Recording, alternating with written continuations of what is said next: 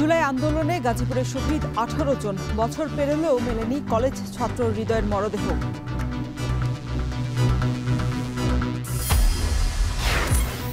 September থেকে 50% পর্যন্ত বাড়ছে কন্টেইনার হ্যান্ডেলিং চার্জ। পরিচালন ব্যয়েই বৃদ্ধি কারণ দাবি ডিপো কর্তৃপক্ষের। পর্যটনের চাপে হুমকির মুখে কক্সবাজার, নিয়ন্ত্রণহীন অবকাঠামো নির্মাণ, প্রশাসনের বিরুদ্ধে গাফিলতির অভিযোগ।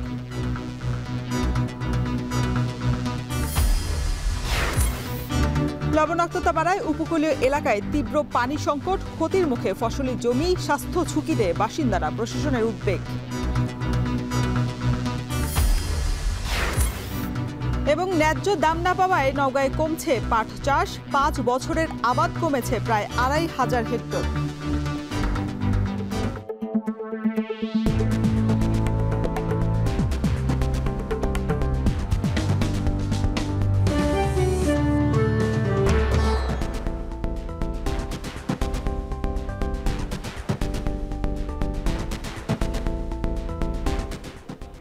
স্বাগত এখন জনপদে, সঙ্গে আছি আমি শরীফ রওশন।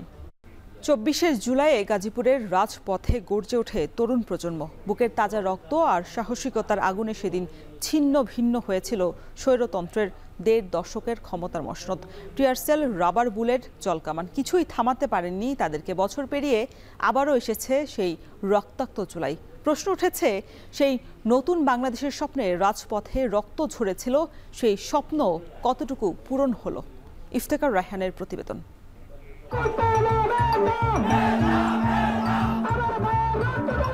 সময়টা ছিল তারুণ্য ভরা স্লোগানের। সেই স্লোগান কাঁপিয়ে দেয় শাসকের 1.5 দশকের ক্ষমতার মসনদ। শহর থেকে গ্রাম, বিশ্ববিদ্যালয় থেকে পাড়ার স্কুল, আধিপত্যবাদের থাবা থেকে মুক্তির আকাঙ্ক্ষায় জেগে উঠেছিল ছাত্র জনতা।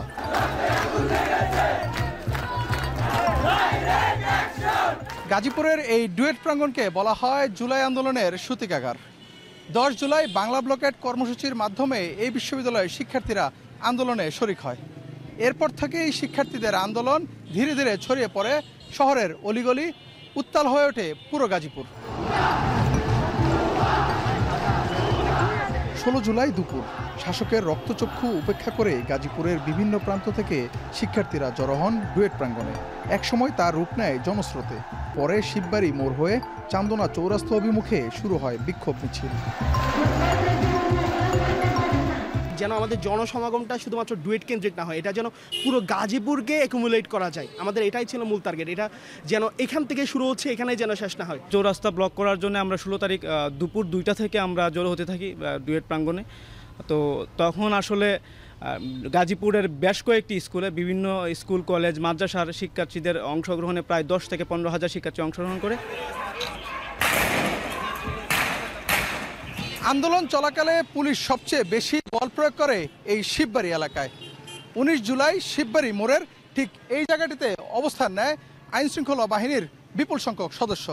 আর ঠিক এ পাশটাতে অর্থাৎ জয়দেবপুর রেলগেটের দিকে অবস্থান নেয় আওয়ামী লীগ, যুবলীগ এবং ছাত্রলীগের নেতাকর্মীরা। বুকের ভেতর অনেক ঝড়, বুক পেতেছি গুলিকর, এই স্লোগান হৃদয়ে ধারণ করে শিক্ষার্থীরা সেদিন রুখে দাঁড়ায়। টিয়ারশেলের ধোঁয়া, সাউন্ড গ্রেনেড, রাবার বুলেট আর জলকামানেও দমানো যায়নি এই তারুণ্যের প্রতিবাদ। মুহুর্মুহু গুলির শব্দে কেঁপে ওঠে পুরো এলাকা। পাখির মতো গুলি করে হত্যা করা শুরু করে, আমাদের স্টুডেন্টদের অকাতরে আহত করা শুরু করে দেয়।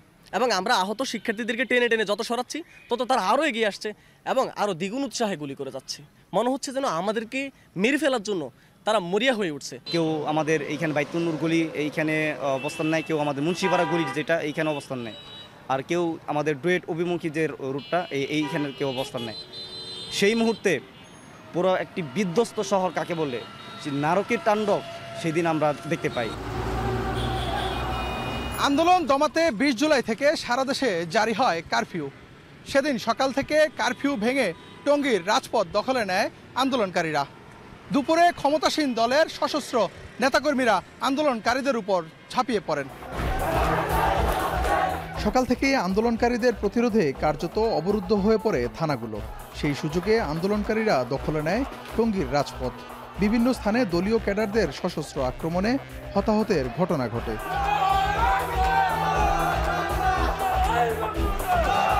আন্দোলনের অন্তিম লগ্নে সবচেয়ে নির্মম ঘটনা ঘটে গাজীপুরের কোনাবাড়িতে। 5 আগস্ট শেখ হাসিনার দেশ ত্যাগের খবরে বিজয় মিছিলে অংশ নেয় কলেজ ছাত্র হৃদয়। এক ভিডিও ফুটেজে দেখা যায় আটকের পর হৃদয়কে ঘিরে ধরে কিছু পুলিশ। এরপর হঠাৎ গুলির শব্দ, মাটিতে লুটিয়ে পড়ে হৃদয়। কিছু পুলিশ সদস্য তাকে রক্তাক্ত অবস্থায় নিয়ে যায়। বছর পেরিয়ে গেলেও তার পরিবার আজও খুঁজে পায়নি হৃদয়ের লাশ।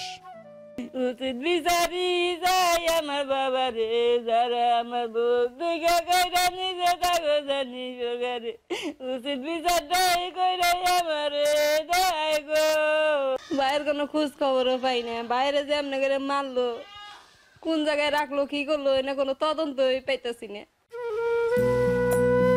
এই যে এত ত্যাগ, এত প্রাণের বিনিময়ে মানুষ পেয়েছিল নতুন এক মুক্তির স্বাদ, তবুও 1 বছর পর প্রশ্ন রয়ে গেছে, বিপ্লবের সেই আকাঙ্ক্ষা কতটা পূরণ হলো। যারা নিজেদের মুখ লুকিয়ে রেখেছিল তারা 5 তারিখের পরে নিজেদের কর্তৃত্ব হাসিলের জন্য মাঠে নামে এবং তারা আজকে বর্তমানে নিজেদের নেতৃত্ব স্থানকে তুলে ধরে নিজেদের স্বার্থ আদায়ের জন্য নিজেদের ক্ষমতার প্রভাব বিস্তার করতেছে। এই ক্ষেত্রে জুলাইয়ের যারা মেইন বিপ্লবী তারা এই অবমূল্যায়নের কাতারে পড়ে যাইতেছে। কিন্তু অনেক দিন ধরে সাধারণ লোকজন থেকে শুরু করে যারা জুলাইয়ের নেতৃত্ব, যারা জুলাই সনদের কথা বলছে, কিন্তু সেই জুলাই সনদের ব্যাপারে কিন্তু আমরা দেখতেছি বড় বড় রাজনৈতিক দল সবাই কিন্তু একমত না। তো জুলাই সনদের ব্যাপারে যদি একমত না হয় তাহলে আমরা কিভাবে জুলাইয়ের আকাঙ্ক্ষাকে ধারণ করব? জেলা প্রশাসনের তথ্যমতে জুলাই আন্দোলনে গাজীপুরে গেজেটভুক্ত শহীদের সংখ্যা 18 জন। এখনও নির্ধারণ হয়নি আহতের সংখ্যা। এসব ঘটনায় গাজীপুর জেলার বিভিন্ন থানায় দায়ের করা হয়েছে 24টি মামলা, আর মেট্রোপলিটন এলাকার 8 থানায় মামলা হয়েছে 45টি, যার মধ্যে 18টি হত্যা মামলা। আর এসব হত্যা মামলায় অধিকাংশই প্রধান আসামি করা হয়েছে সাবেক প্রধানমন্ত্রী শেখ হাসিনাকে। ইফতেখার রায়হান, এখন গাজীপুর। দেশজুড়ে জুলাই পদযাত্রার অংশ হিসেবে আজ খাগড়াছড়িতে পদযাত্রা করবে এনসিপি। দুপুরে 21তম দিনের এই পদযাত্রায় অংশ নেবেন কেন্দ্রীয় নেতারাও। এ নিয়ে বিস্তারিত জানাতে চট্টগ্রামের নিউ মার্কেট এলাকা থেকে যুক্ত হচ্ছেন সহকর্মী শোয়েব রহমান। শোয়েব, এনসিপি নেতারা খাগড়াছড়ির উদ্দেশ্যে কখন রওনা হবেন, আর আজ এনসিপির কি কি কর্মসূচি রয়েছে বিস্তারিত জানাবেন।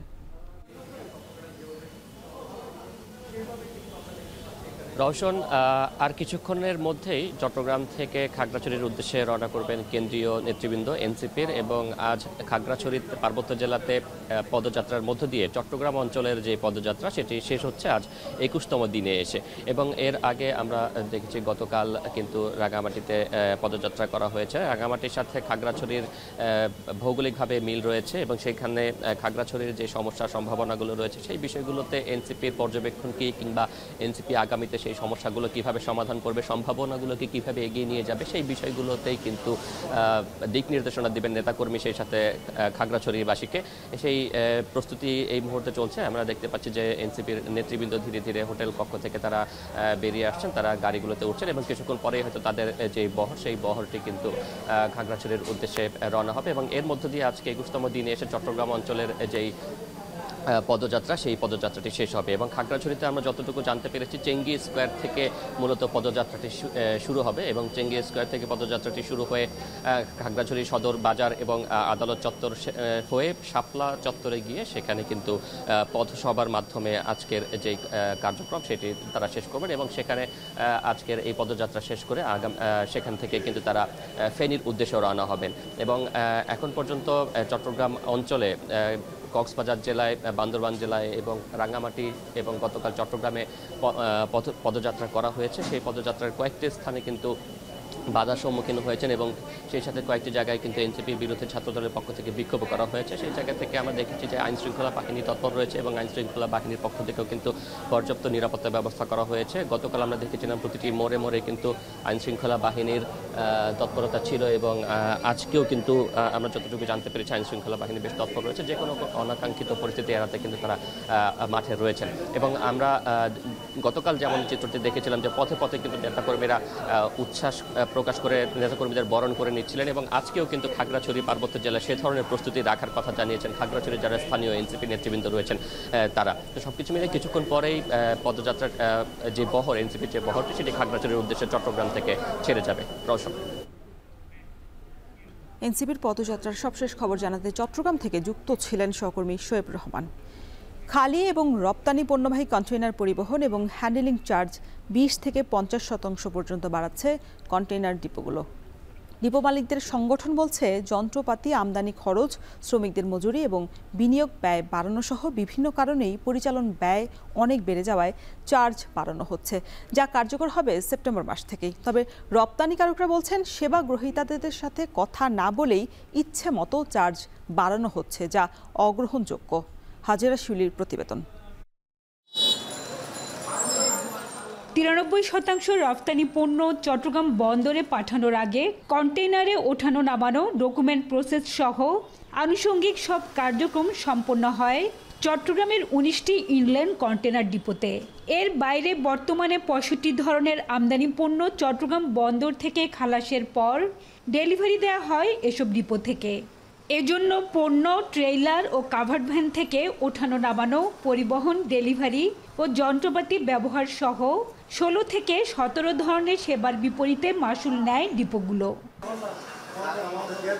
আইসিডি পরিচালনাকারীদের দাবি, আমদানি রপ্তানি বাণিজ্য বাড়ার সাথে যন্ত্রপাতি আমদানি ও রক্ষণাবেক্ষণ খরচ, শ্রমিকের মজুরি বাড়ানো সহ সার্বিক পরিচালন ব্যয় ও বিনিয়োগ বেড়েছে বহুগুণ। সর্বশেষ 2016 সালে রপ্তানি কন্টেনার হ্যান্ডলিং চার্জ ও 2022 সালে জ্বালানি তেলের মূল্য বাড়লে বেশ কিছু সেবার মাসুল বাড়ানো হয়। এরপর গত 3 বছরে কোনো মাসুল না বাড়ানোয় বিপাকে পড়েছেন তারা। এতে আইসিডিগুলোর সক্ষমতা বাড়ানো যাচ্ছে না। এ অবস্থায় টিকে থাকতে খালি ও রপ্তানি কন্টেনার হ্যান্ডলিং ও পরিবহন চার্জ বাড়ানো হচ্ছে, যা কার্যকর হবে সেপ্টেম্বর থেকে। 2016 সালের পর থেকে এই সেবা মাসুলগুলো রিভাইজ করেনি এবং গত 9 বছরে বেসরকারি অবডকগুলোর লেবার খরচ বহুলাংশে বৃদ্ধি পেয়েছে। পাশাপাশি ডলারের এগেনস্টে টাকার ডিভ্যালুয়েশন হয়েছে। এ কারণে অবডকগুলো এই সেবা মাসুল বৃদ্ধির সিদ্ধান্ত গ্রহণ করেছে। ইন্ডিভিজুয়াল অবডকগুলো তাদের নিজস্ব ক্লায়েন্টের সাথে দ্বিপাক্ষিক আলোচনার মাধ্যমে এই সেবা মাসুল নির্ধারিত করবেন এবং সেই মতো তাদের সেবা দেওয়ার কার্যক্রম চালিয়ে যাবেন। রপ্তানিকারক ও সেবা গ্রহীতাদের অভিযোগ, আইসিডিগুলোর বর্তমান সেবার চার্জ চট্টগ্রাম বন্দর থেকেও দ্বিগুণ, অথচ ব্যবহারকারীদের সাথে আলোচনা ছাড়াই আবারও অস্বাভাবিকভাবে মাসুল বাড়িয়েছে তারা। বিদ্যুৎ, জ্বালানি, পরিবহন ও কাঁচামালের ব্যয় বৃদ্ধির সাথে মার্কিন শুল্ক চাপে কঠিন সময় পার করছে দেশের রপ্তানি খাত। এ অবস্থায় আইসিডিগুলোর চার্জ বাড়ানোয় রপ্তানি খাতে আরও সংকট তৈরি হবে বলছেন সংশ্লিষ্টরা।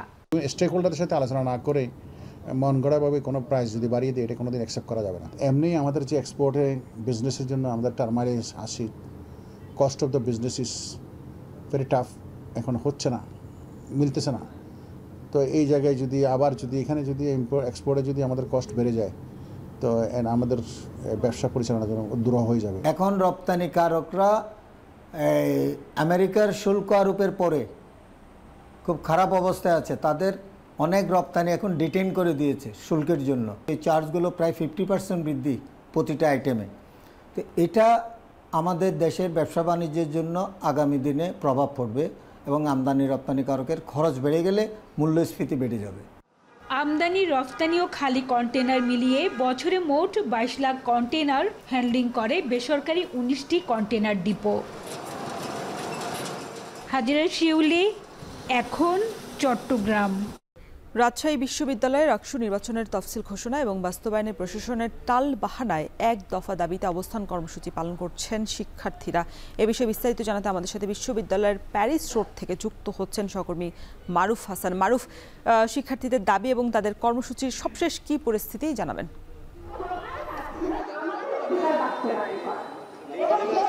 রওশন, রাজশাহী বিশ্ববিদ্যালয়ের শিক্ষার্থীরা সকাল থেকে বিশ্ববিদ্যালয়ের যে প্যারিস রোড সেখানে অবস্থান কর্মসূচি পালন করছে। তাদের আজকের যে 1 দফা দাবি, সেটি হচ্ছে রাকসুর তফসিল ঘোষণা যাতে করা হয়, এই দাবি নিয়েই কিন্তু তারা আজকে এই অবস্থান কর্মসূচি করছে। আপনি জেনে থাকবেন যে গত প্রায় 35 বছর ধরে এই রাজশাহী বিশ্ববিদ্যালয়ের কেন্দ্রীয় যে ছাত্র সংসদ সেটি কিন্তু অকার্যকর অবস্থায় আছে। প্রশাসনের নানা তালবাহানা থাকার কারণেই এই রাকসু নির্বাচন এবং তফসিল ঘোষণা হয়নি বলেও কিন্তু শিক্ষার্থীরা এখানে যারা আছেন তারা কিন্তু বলছেন। এবং তাদের আজকের যে দাবি, সেই দাবিটি হচ্ছে এই 1 দফা দাবি যাতে তফসিল আজকেই ঘোষণা করা হয় এবং এই তফসিল ঘোষণার পরপরই যাতে এই রাকসু নির্বাচনকে ঘিরে যেসব আয়োজনরা আছে সেই যাবতীয় কার্যক্রমগুলো যাতে দ্রুত সম্পন্ন করা হয়, এটাও কিন্তু তারা বারবার কিন্তু বলছেন। এখানে যারা আন্দোলনকারী এবং অবস্থান করছেন তাদের সঙ্গে আমরা কথা বলেছি, তারা বারবার বলছেন যে বিগত প্রশাসন যখন ছিল তারাও এইসবভাবেই আমাদেরকে নানান আশ্বাস দিয়েছেন, কিন্তু কখনোই তারা এই রাকসুর চূড়ান্তভাবে দিতে পারেনি। বর্তমান প্রশাসন 5ই আগস্টের পরেই পরবর্তী প্রশাসন, জুলাই অভ্যুত্থানের পরবর্তী প্রশাসনের কাছে আমাদের প্রত্যাশা ছিল অনেক বেশি। তারা দ্রুত সময়ের মধ্যে এই রাকসু নির্বাচন দেওয়ার কথা থাকলেও তারা কিন্তু দিতে পারেনি। বর্তমান প্রশাসন গত 27শে ফেব্রুয়ারি রাকসুর যে রোড ম্যাপ, সেই রোড ম্যাপ ঘোষণা করেছিলেন। রোড ম্যাপ অনুযায়ী গত 31 জুনে কিন্তু এই নির্বাচন, 30শে জুনে এই নির্বাচন হওয়ার কথা ছিল, সেই নির্বাচনটি কিন্তু হয়নি। তারপর থেকে শিক্ষার্থীদের মাঝে এক ধরনের মিশ্র প্রতিক্রিয়া দেখা দিয়েছে, যার কারণে আজকে রাজশাহী বিশ্ববিদ্যালয়ের স্টুডেন্টস অ্যালায়েন্স আজকে বিশ্ববিদ্যালয়ের যে প্যারিস রোড সেখানে অবস্থান কর্মসূচি করছেন এবং তারা বারবারই কিন্তু বলছেন আমাদের যে এক দফা দাবি রাকসু নির্বাচন এবং তফসিল ঘোষণা যা দ্রুত সময়ের মধ্যে করা হয়, এমনটি তারা বারবার বলছেন এবং আন্দোলন চালিয়ে যাওয়ার কথাও কিন্তু ঘোষণা দিচ্ছেন। রওশন, রাজশাহী বিশ্ববিদ্যালয়ের প্যারিস রোড থেকে এই ছিল সবশেষ। রাজশাহী বিশ্ববিদ্যালয়ে এক দফা দাবিতে শিক্ষার্থীদের অবস্থান কর্মসূচির সবশেষ খবর জানাতে আমাদের সাথে যুক্ত ছিলেন সহকর্মী মারুফ হাসান। নরসিংদীর রায়পুরায় চরাঞ্চল সায়দাবাদে আধিপত্য বিস্তার নিয়ে দুই পক্ষের সংঘর্ষে গুলিবিদ্ধ হয়ে এক নারীর মৃত্যু হয়েছে, আহত হয়েছেন অন্তত 5 জন। এ বিষয়ে বিস্তারিত জানাতে নরসিংদী সদর হাসপাতাল থেকে এই মুহূর্তে আমাদের সাথে যুক্ত হচ্ছেন সহকর্মী রাকিবুল ইসলাম। রাকিব, সংঘর্ষের সবশেষ কি পরিস্থিতি আর পুলিশ এই ঘটনা নিয়ে কি বলছে, আর আহতদের বিষয়ে চিকিৎসকরাই বা কি বলছেন? জি, নরসিংদীতে যেমনটি আপনি বলছিলেন যে সংঘর্ষ হয়েছে দুই গ্রুপের, ইতিমধ্যে এক নারী মারা গিয়েছে এবং সেই নারীর মরদেহ কিন্তু নরসিংদী সদর হাসপাতালের মর্গে আনা হয়েছে। আমার ঠিক পেছনেই নরসিংদী সদর হাসপাতালের মর্গ, এই মর্গের ভেতরেই কিন্তু সেই নারীর মরদেহ রাখা হয়েছে এবং স্বজনরা পাশেই রয়েছেন। স্বজনদের সাথে কথা বলেছি, তারা আমাকে আসলে যেমনটি বলেছেন যে আজ ভোরের দিকে আসলে দুই গ্রুপের সংঘর্ষ বাধে, বিশেষ করে সায়দাবাদ গ্রাম এবং বালুরচর গ্রামের মধ্যে সংঘর্ষ বাধে এবং এখানকার মানুষজন দাবি করছিলেন যে বালুরচর গ্রামের মানুষজন দেশীয় এবং বিদেশি অস্ত্র নিয়ে সশস্ত্র হয়ে একদম ভোর রাতের দিকে তারা আসলে সায়দাবাদ গ্রামে আক্রমণ করে হামলা করে। এ সময় আসলে সংঘর্ষটি বাধে এবং সায়দাবাদ গ্রামের একজন নিহত হয়। আসলে আজকের যে ঘটনা, এই ঘটনায় আসলে আরো 5 থেকে 7 জন আহত হয়েছে, অনেকেই গুলিবিদ্ধ এবং দেশীয় অস্ত্রের আঘাত, এমনটাই আসলে দাবি করছেন। তো পুলিশের সাথে যোগাযোগ করার চেষ্টা করেছি, রায়পুরা থানা পুলিশের সাথে একাধিকবার যোগাযোগ করার চেষ্টা করলেও তারা আসলে ফোন ধরেননি, মুঠোফোন রিসিভ করেননি। এছাড়া এই পরিস্থিতির পরে আসলে একজন মারা যাওয়ার পরেও সেখানে থেমে থেমে সংঘর্ষ চলছে বলে আমরা খবর পেয়েছি। যদিও নিশ্চিত করে আসলে কোনো কিছুই বলা যাচ্ছে না যে আরো কি পরিমাণ মানুষ আহত হয়েছে। এছাড়া আজকের যে ঘটনা, এই ঘটনার বিশ্লেষণ করতে হলে আমাদেরকে যেতে হবে আরো 6 মাস পেছনে। আরো 6 মাস আগেও কিন্তু ঠিক একই দুই গ্রুপ এই সংঘর্ষে জড়ায়, তখনও কিন্তু 6 জন নিহত হয়। তো এখনো পর্যন্ত নরসিংদী সদর হাসপাতালে এসে আহতরা পৌঁছায়নি, নিহত একজনের মরদেহ এখানে এসে পৌঁছেছে। এছাড়া পার্শ্ববর্তী নরসিংদী জেলা হাসপাতালে বেশ কিছু আহত মানুষজন এসেছে বলে আমরা খবর পেয়েছি। এই ছিল নরসিংদী থেকে সবশেষ। নরসিংদী থেকে যুক্ত ছিলেন সহকর্মী রাকিবুল ইসলাম। ভ্রমণ পিপাসুদের কাছে অত্যন্ত প্রিয় পর্যটন শহর কক্সবাজার, যেখানে রয়েছে বিশ্বের দীর্ঘতম প্রাকৃতিক সমুদ্র সৈকত। প্রতি বছর 30 লাখেরও বেশি পর্যটক এই শহরে ঘুরতে চান, কিন্তু পর্যটনের এই উচ্ছ্বাসের ছায়ায় চাপা পড়ে যাচ্ছে একটি বিপন্ন শহরের গল্পই। অনিয়ন্ত্রিত পর্যটন, অপরিকল্পিত হোটেল নির্মাণ, পরিবেশ দূষণ আর প্রশাসনিক গাফিলতিতেই ভয়াবহ বিপদের মুখে কক্সবাজার। এই প্রেক্ষাপটে জেলার পরিকল্পিত উন্নয়নের জন্য একটি মহাপরিকল্পনা শুরু করেছে কক্সবাজার উন্নয়ন কর্তৃপক্ষ। মন্তজ বেতকের প্রতিবেদন। গত 1 দশকে কক্সবাজারে পর্যটকের সংখ্যা বেড়েছে কয়েক গুণ। সেই সঙ্গে পাল্লা দিয়ে বেড়েছে হোটেল, রিসোর্ট, রেস্তোরাঁ এবং অন্যান্য পর্যটক কেন্দ্রিক স্থাপনা। গণপূর্ত বিভাগের হিসেব অনুযায়ী হোটেল মোটেল জোনে 226টি হোটেল নির্মিত হয়েছে গণপূর্ত থেকে বরাদ্দ পাওয়া জমির পুরোটা দখল করে। এছাড়াও জাতীয় গৃহায়ণ কর্তৃপক্ষে বরাদ্দ নেওয়া আবাসিক ফ্ল্যাটেও চলছে বাণিজ্যিক হোটেল ব্যবসা। পরিবেশ অধিদপ্তরের তথ্য বলছে কক্সবাজারে 5 শতাধিক হোটেল রিসোর্টের মধ্যে প্রায় 12টি হোটেলের নিজস্ব সুয়েজ ট্রিটমেন্ট প্ল্যান্ট রয়েছে। বাকিগুলোর পয়ঃবর্জ্য সরাসরি গিয়ে পড়ছে খাল নালার মাধ্যমে সাগরে। এসব অনিয়ন্ত্রিত নির্মাণ ও ব্যবসার দায় স্বীকার করেছেন হোটেল মোটেল গেস্ট হাউস মালিক সমিতির সভাপতি নিজেই, অথচ তার পরিচালিত হোটেলেও নেই পূর্ণাঙ্গ এসটিপি। এ কারণে সংগঠনের নেতৃত্বে থেকেও ন্যূনতম পরিবেশ মানদণ্ড রক্ষা না করায় তার ভূমিকায় এখন প্রশ্নের মুখে। যেসব স্থাপনা উঠেছে, যেসব হোটেল মোটেল হয়েছে, তাদেরকে বাধ্যতামূলক এসটিপির আওতায় নিয়ে আসা। যারা এসটিপির আওতায় আসবে না, এসব হোটেল বন্ধ করে দেওয়া উচিত বলে আমি মনে করি। এটা আসলেই আমাদের শুরুতেই কোনো পরিকল্পনা আমাদের হাতে ছিল না, আর ছিল না বলেই 500-র মধ্যে প্রায় 350-400 হোটেল অপরিকল্পিতভাবেই সৃষ্টি হয়েছে। পরিকল্পনাহীন সম্প্রসারণ এবং অপর্যাপ্ত ড্রেনেজ ব্যবস্থার বিষয়ে হতাশা প্রকাশ করেছেন পৌরসভাও। কোনো একটা রাস্তা ড্রেন এভাবে যদি আঁকাবাঁকা হয়ে করা যায়, সৌন্দর্য তো নষ্ট হয়, সৌন্দর্য হানি হয়, এবং পর্যটকের চলাফেরার জন্য কোনো বর্ধিত স্থাপনা তো রাখা উচিত না। পরিবেশ অধিদপ্তরের ছাড়পত্র ছাড়া এসব হোটেল এতদিন কিভাবে চালু ছিল সেই প্রশ্নের কোনো উত্তর দিতে পারেনি কর্মকর্তারা। যেসব হোটেলে এরকম এসটিপি নেই তাদের বিরুদ্ধে আমরা আইনগতভাবে প্রত্যেক মাসে অভিযান পরিচালনা করা হচ্ছে, আইনগত ব্যবস্থা নেওয়া হচ্ছে। অনিয়মের এখানেই শেষ নেই। সৈকতের 300 মিটারের মধ্যে আদালতের নিষেধাজ্ঞা উপেক্ষা করে গড়ে উঠেছে বহু স্থাপনা। জেলা প্রশাসনের অনুমতি নিয়েই বসানো হয়েছে প্রায় 600 ঝুপড়ি দোকান। কক্সবাজার উন্নয়ন কর্তৃপক্ষ বলছে, জেলার পরিকল্পিত উন্নয়নের লক্ষ্যে একটি মহাপরিকল্পনার কাজ চলছে। অপরিকল্পিত ঝুঁকি থেকে আরম্ভ করে সব কিছু, সুতরাং এটা চাইলে জেলা প্রশাসক যদি একটু স্ট্রিক্ট হয় তাহলে এটাকে আমরা মেনে স্ট্রিম করতে পারি। আদারওয়াইজ এটা আমরা যারা ব্যবসায়ী যারা আছে তাদের পক্ষে এটা সম্ভব না। এবছরের ডিসেম্বরের মধ্যে আমরা কয়েকটি ফেজে এই কার্যক্রম আমরা হাতে পাবো। এর মধ্যে স্ট্র্যাটেজিক প্ল্যান রয়েছে, এর মধ্যে সোশিও ইকোনমিক থেকে শুরু করে আমাদের যে পরিকল্পনাগুলো আমাদের কাছে এসে পৌঁছাবে, অলমোস্ট এটি প্রায় শেষের পর্যায়ে আছে। দীর্ঘমেয়াদী পর্যটন পরিকল্পনা না থাকলেও কক্সবাজারের ভবিষ্যৎ আরও অন্ধকার হবে বলে মনে করেন সচেতন মহল।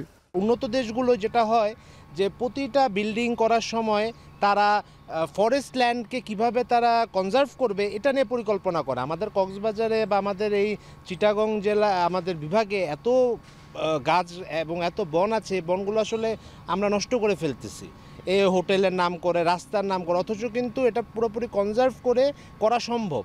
পরিকল্পনার অভাব, দায়সারা মনোভাব আর নিয়ন্ত্রণহীন বিস্তার সব মিলিয়ে পর্যটনের ভারেই আজ নুয়ে পড়েছে কক্সবাজার। এখন কক্সবাজার উপকূলীয় এলাকায় দিন দিন বাড়ছে লবণাক্ততার পরিমাণ। এতে বেশ কিছু এলাকায় তৈরি হয়েছে খাবার পানির সংকট। আবার লবণাক্ততার কারণে বাধাগ্রস্ত হচ্ছে ফসল উৎপাদনও। বিশেষজ্ঞরা বলছেন, লবণাক্ততার কারণে শুধু ফসলি জমি নয়, শারীরিকভাবেও ক্ষতিগ্রস্ত হচ্ছেন উপকূলীয় এলাকার মানুষ। উদ্বিগ্ন সংশ্লিষ্ট জেলা প্রশাসকরাও। মাহমুদুন নবীর তোলা ছবিতে বিস্তারিত জানাচ্ছেন ফেরদৌস সোহাগ।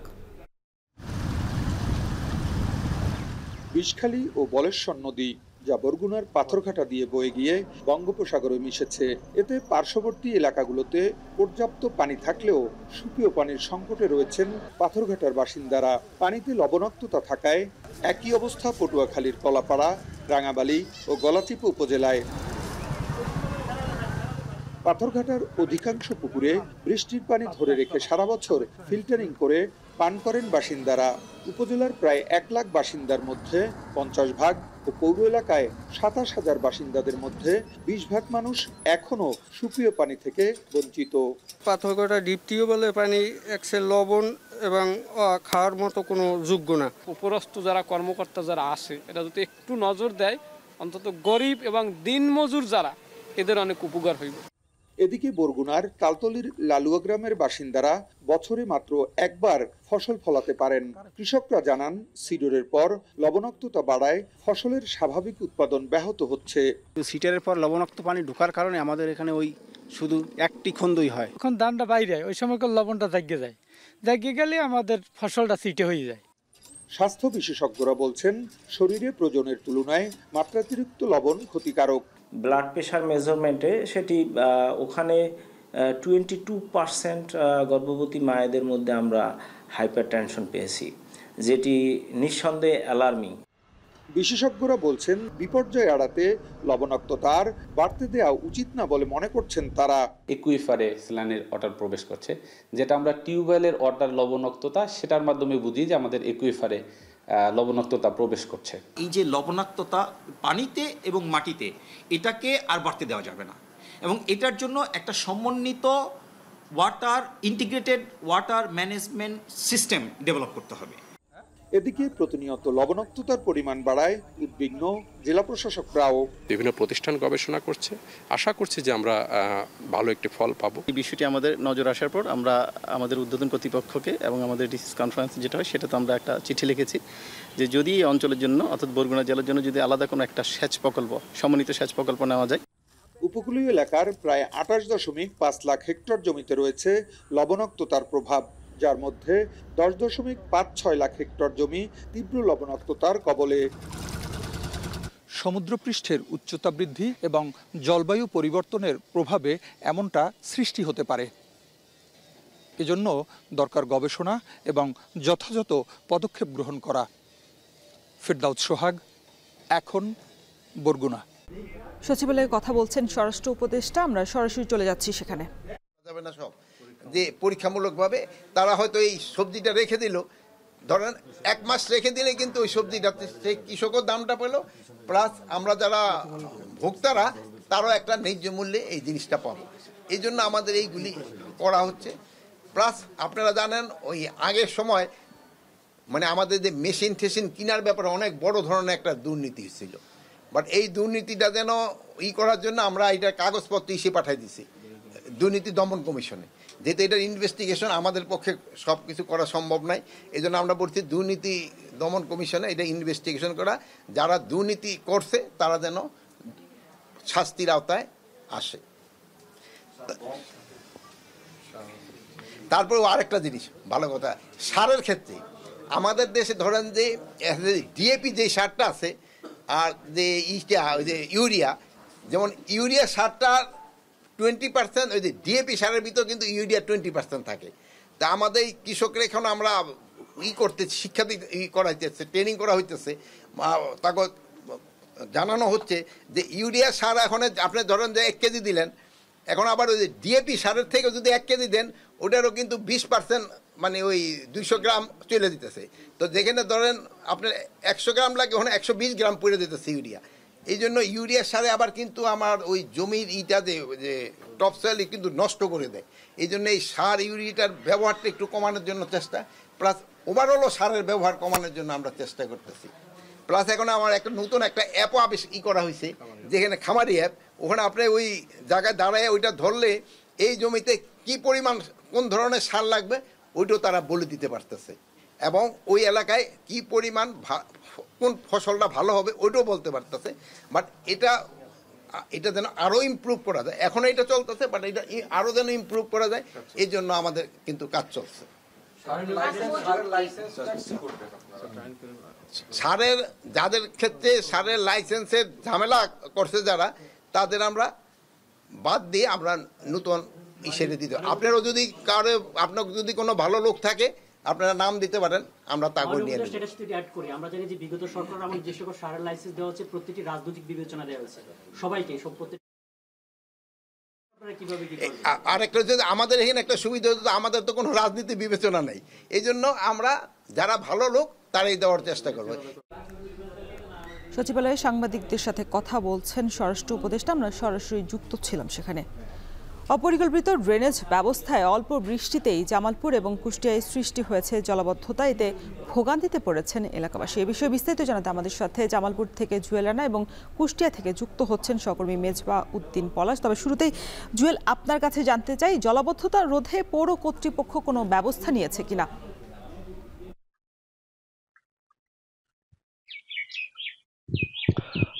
রোশন, জামালপুরের প্রাচীনতম একটি প্রথম শ্রেণীর পৌরসভা হচ্ছে জামালপুর পৌরসভা। এটির বয়স 150 বছর। এই 50 বছর যে পৌরসভার যে বয়স, এই বয়সে এখন মতো নাগরিক প্রথম শ্রেণীর পৌরসভা হলে এখানে তৃতীয় চতুর্থ শ্রেণীর সেবা মিলছে বর্তমানে। আর এখানকার যে পৌরসভার যে প্রশাসক রয়েছেন AKM আব্দুল্লাহ বিন রশিদ, তিনার সাথে আমি কথা বলেছি। তিনি যে বিষয়টি জানিয়েছে, এই যে ড্রেনেজ ব্যবস্থা তিনি সশরীরে এসে ঘুরে দেখে গিয়েছেন, তিনি তার প্রকৌশলীদের নির্দেশনা দিয়েছেন খুব দ্রুত এখানকার যে পানি যে জলাবদ্ধতা সৃষ্টি হচ্ছে সেটি নিষ্কাশন করার একটি নির্দেশনা তিনি দিয়েছেন। পাশাপাশি তিনি সশরীরে এখানে এসে পরিদর্শন করে গিয়েছেন। আর এখানকার যে ভুক্তভোগী তারা জানিয়েছেন গত 4 থেকে 5 বছর ধরে তারা এই জলাবদ্ধতার মধ্যে তারা চরম দুর্ভোগের শিকার হয়ে আসছেন। আর এখানকার যে নাগরিকদের অভিযোগ তারা পৌর কর ট্যাক্স সবকিছু পরিশোধ করলেও তারা নাগরিক সেবা থেকে বঞ্চিত হচ্ছে। আমরা এই এলাকার 3-4টি এলাকার কাজিরহাট, পলাশতলা, হাটচন্দ্রা এই 3টি এলাকা আমরা ঘুরে দেখেছি। এখানকার প্রায় 8 শতাধিক নাগরিক তার মানবেতর জীবনযাপন করছে। এখানকার উঠোন ঘরে অর্থাৎ বাড়ির চারপাশে পানিতে তারা নিমজ্জিত হয়ে রয়েছে। রান্না বান্না করা কষ্ট হচ্ছে।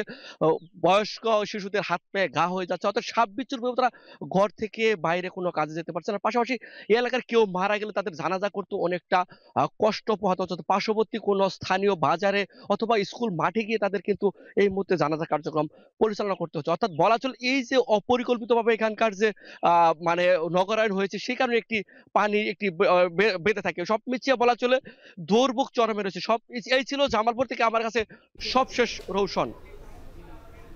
এবার আমরা একটু কুষ্টিয়ার খবর জানতে চাই। মেজবা, আপনি আমাদেরকে জানাবেন যে এলাকাবাসী কি ধরনের দুর্ভোগে পড়েছে আর এই সমস্যা থেকে উত্তরণে কোনো ব্যবস্থা নেওয়া হয়েছে কিনা।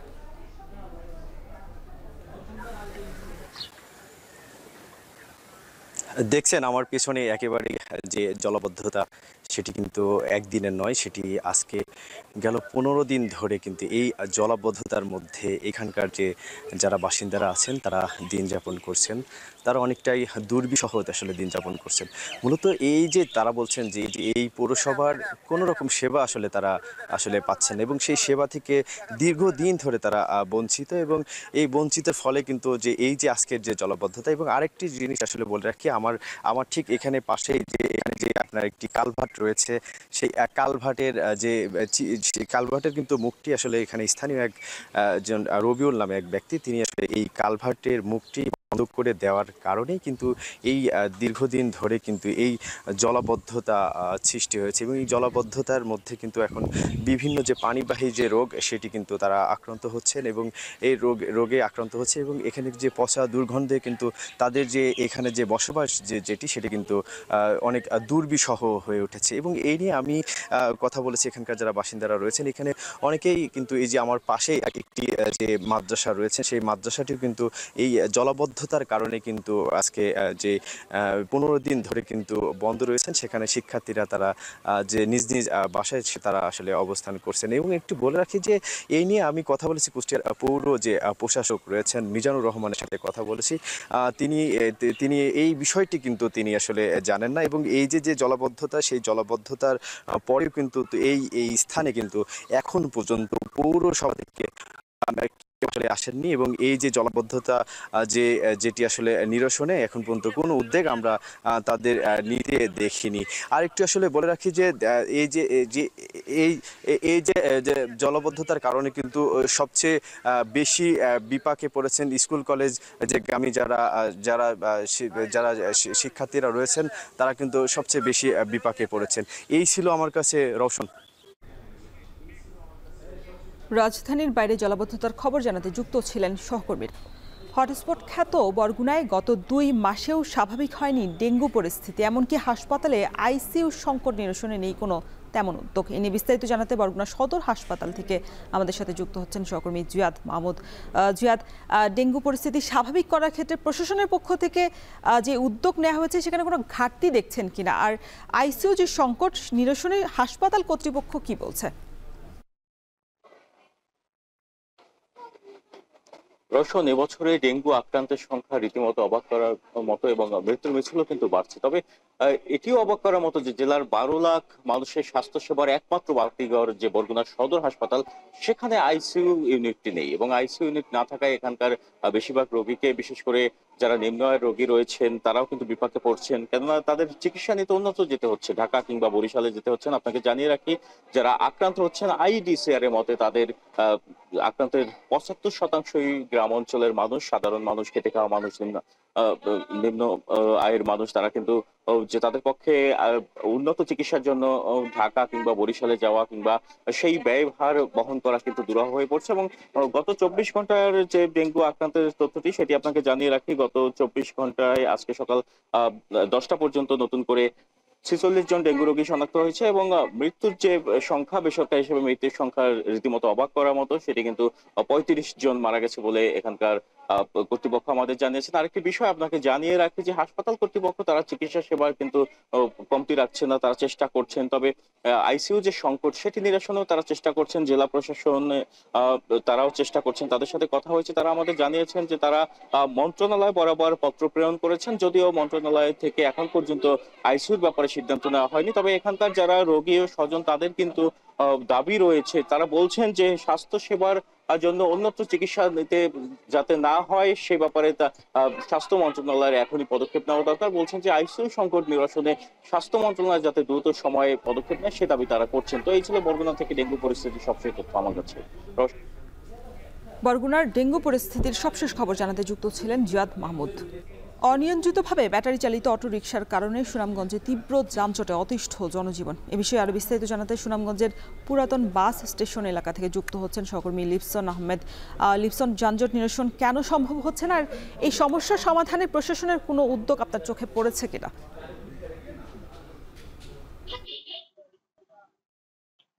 রওশন, শুরুতে যদি বলি যে সুনামগঞ্জ কিন্তু ছোট্ট একটি শহরে, এই শহরে প্রায় 13টি পয়েন্ট রয়েছে। বিশেষ করে আমরা দেখেছি আলফাত স্কোয়ার পয়েন্ট কিন্তু এই শহরের মূল প্রাণকেন্দ্র। আমরা দেখেছি যখনই আসলে সকাল হয় সেই সকাল থেকে কিন্তু আলফাত স্কোয়ার পয়েন্ট থেকে শুরু করে কোর্ট পয়েন্ট, নবীনগর পয়েন্ট, থানা পয়েন্ট, অর্থাৎ প্রায় 13টি পয়েন্টে কিন্তু আসলে সকাল থেকে রাতভর তীব্র যানজট সৃষ্টি হয়, যার ফলে কিন্তু কর্মজীবী থেকে শুরু করে সাধারণ শিক্ষার্থীর পাশাপাশি যারা আসলে রোগীরা রয়েছেন তারা কিন্তু আসলে চরম একটি ভোগান্তির মধ্যে পড়েন। বিশেষ করে আমরা আজকে সকাল থেকে কিন্তু বেশ কয়েকটি পয়েন্ট ঘুরে দেখেছি।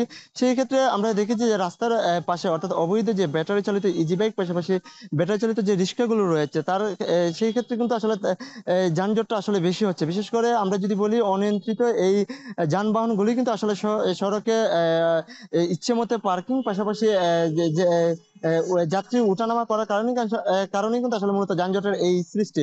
পাশাপাশি আমরা পৌর কর্তৃপক্ষের সাথে কিন্তু ইতিমধ্যে কথা বলেছি, তারা যেটি জানিয়েছেন যে পৌরসভার পক্ষ থেকে কিন্তু প্রায় 900 ইজি বাইককে তারা ইতিমধ্যে এই শহরে চলাচলের জন্য তারা লাইসেন্স দিয়েছেন। পাশাপাশি প্রায় 700-এর উপরে কিন্তু আসলে যে ব্যাটারি চালিত রিক্সা রয়েছে সেটি তারা অনুমোদন করেছেন, যার ফলে কিন্তু আমরা দেখেছি 700-900 এর বাইরে গিয়েও কিন্তু প্রায় 2000-এর উপরে কিন্তু আসলে যানবাহন এই শহরে চলাচল করছে, যার ফলে কিন্তু আসলে এই যানজটের সৃষ্টি। তবে ইতিমধ্যে পৌর কর্তৃপক্ষ কিন্তু আসলে ইতিমধ্যে কিন্তু তারা উদ্যোগ নিয়েছেন যে অবৈধ যে যানবাহন এটি নিরসন করার জন্য, পাশাপাশি তারা এই যানজট নিরসন করার জন্য কিন্তু উদ্যোগ গ্রহণ করেছেন। রওশন, সুনামগঞ্জ থেকে যুক্ত ছিলেন সহকর্মী লিপসন আহমেদ। আবহাওয়া অনুকূলে না থাকা, শ্রমিক সংকট এবং ন্যায্য দাম না পাওয়ায় নওগাঁয় পাট চাষ থেকে মুখ ফিরিয়ে নিচ্ছেন কৃষকরা। এতে 5 বছরের ব্যবধানে পাটের আবাদ কমেছে প্রায় 2500 হেক্টর জমি। তবে পাট চাষে কৃষকদের আগ্রহ বাড়াতে প্রণোদনা সহ সার্বিক সহযোগিতার আশ্বাস পাট অধিদপ্তরের। আব্বাস আলীর প্রতিবেদন। নওগাঁর মান্দা উপজেলার দুর্গাপুর গ্রামের কৃষক সালেক গত বছর 2 বিঘা জমিতে দেশি জাতের পাটের আবাদ করে লাভ করেছিলেন অন্তত 30,000 টাকা। তবে এবছর আবহাওয়া অনুকূলে না থাকায় 18 কাঠা জমিতে পাট রোপণ করলেও বৃষ্টিতে নষ্ট হয়ে যায় প্রায় অর্ধেক। খরচের টাকা উঠবে কিনা তা নিয়ে দুশ্চিন্তায় পড়েছেন তিনি। মৌসুমে পাট বুনবো, ইতিমধ্যে বৃষ্টি, এরপরে আমি 18 কাঠা মতো পাট বুনছি, পরে দেখা গেল বৃষ্টির কারণে আবার পাট নষ্ট হয়ে যায়।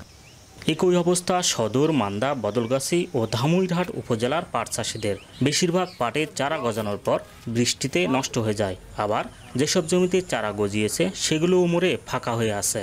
পাটের ন্যায্য দাম না পাওয়া আজ ছড়ানোর বিড়ম্বনায় অন্য চাষে ঝুঁকছেন কৃষকরা, ফলে হারাতে বসেছে পাটের সোনালী ঐতিহ্য।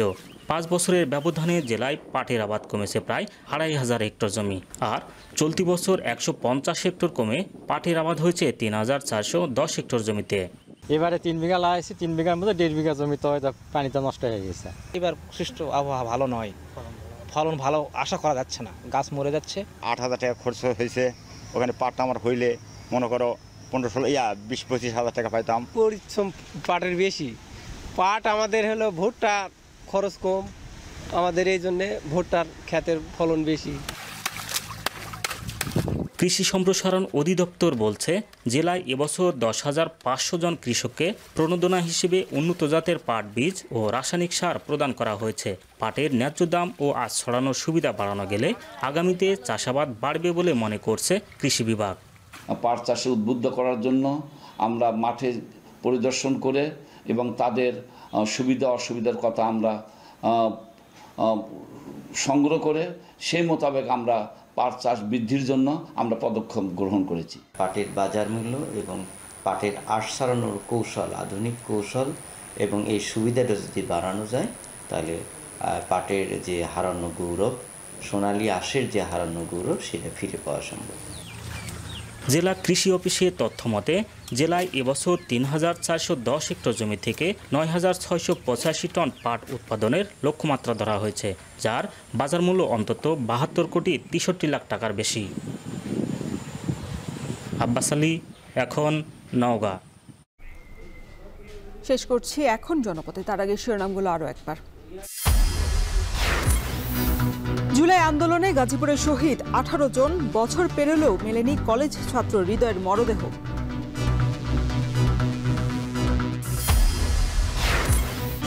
সেপ্টেম্বর থেকে 50% পর্যন্ত বাড়ছে কন্টেইনার হ্যান্ডেলিং চার্জ, পরিচালন ব্যয় বৃদ্ধি কারণ দাবি ডিপো কর্তৃপক্ষের। পর্যটনের চাপে হুমকির মুখে কক্সবাজার, নিয়ন্ত্রণহীন অবকাঠামো নির্মাণ, প্রশাসনের বিরুদ্ধে গাফিলতির অভিযোগ।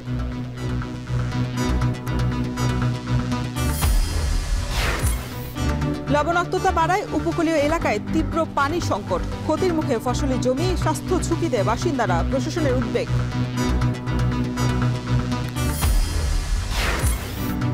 এবং ন্যায্য দাম না পাওয়ায় নওগাঁয় কমছে পাট চাষ, 5 বছরের আবাদে কমেছে প্রায় 2,500 হেক্টর।